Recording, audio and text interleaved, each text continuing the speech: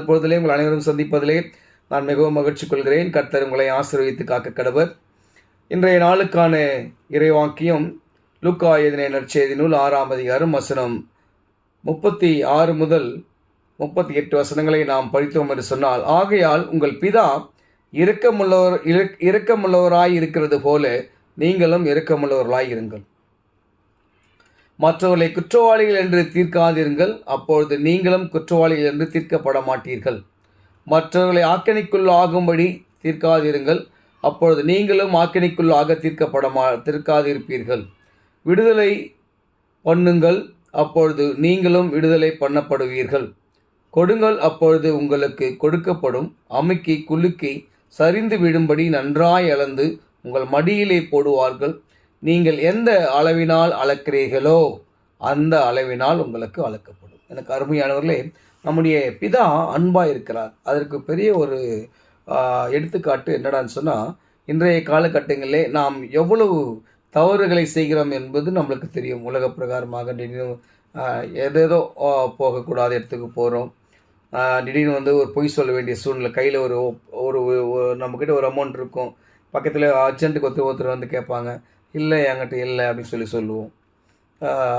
அவனுக்கு திருப்பி கொடுக்க மாட்டான், அதனால் அவனுக்கு கொடுத்துட்டு நாளையத்தை விட இல்லைன்னு சொல்கிறதே மேலே. இப்படியெல்லாம் நாம் பேசுவோம். அதான் அழகாக சொல்கிறாரு, நீங்கள் எந்த அளவின் படி அளக்குறீங்களோ அந்த அளவின் படி உங்களுக்கு அளந்து இல்லையா அளக்கப்படும்.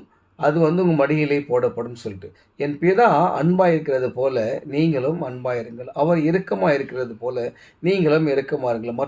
மற்றவர்களை குற்றவாளிகள் என்று தீர்க்காதிருங்கள். மற்றவர்களை என்ன பண்ணுங்க, ஆக்கினைக்குள்ளாக தீர்க்காதிருங்க. மற்றவர்களை விடுதலை பண்ணுங்க, உங்களுக்கும் விடுதலை பண்ணுங்க. எனக்கு அருமையானவர்களே, அருமையான ஒரு வசனம். இன்றைக்கி நான் மற்றவங்களே தான் கை காட்டி வாழ்ந்துட்டுருக்கோம். அவன் அப்படி பண்ணான், இவன் நம்ம தப்பு பண்ணணும்னு ஒத்துக்க மாட்டோம். ஆமாங்க நான் பண்ணிட்டேன் சாரிங்கன்னு சொல்ல மாட்டோம். எனக்கு முன்னாடி அவர் பண்ணார், அவரே நீங்கள் கேட்கல, எனக்கு முன்னாடி இவர் வந்தார், இவர்கிட்டயே நீங்கள் அதை பண்ணல, என்னை மட்டும் நீங்கள் கார்னர் பண்ணுறீங்க சொல்லி நம்ம திரும்ப அதை இன்னும் அதிகமான ஒரு பிரச்சனைக்குள்ளாக நாம் எடுத்து சொல்கிறோம். வேதம் அழகாக சொல்கிறது, மற்றவர்களை குற்றவாளிகள் என்று தீர்க்காதிருங்கள், அப்போது நீங்களும் தீர்க்கப்பட மாட்டீர்கள். மற்றவர்களை ஆக்கினைக்குள்ளாக தீர்க்காதிருங்கள், நீங்களும் ஆக்கினைக்குள்ளாக தீர்க்க மாட்டீர்கள். மற்றவர்களை விடுதலை பண்ணுங்கள், நீங்களும் விடுதலை ஆவீர்கள். இப்படி விடுதலை பண்ணும்போது உங்கள் அளவின்படியே உங்களுக்கு அளந்து கொடுக்கப்படும்.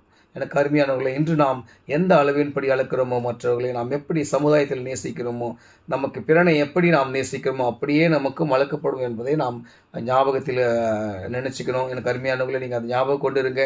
எந்த அளவின்படி நாம் அளக்கிறோமோ, எப்படி நாம் மற்றவர்கள் அன்பு செலுத்துகிறோமோ அப்படி தான் நம்மக்கிட்டே ஆண்டவர் அன்பு செலுத்துவார். அதனால் எல்லோரோடும் அன்பாக இருங்க, சந்தோஷமாக இருங்க. கர்த்தர் உங்களை ஆசீர்வதித்து காக்க கடவுள். ஆமென்.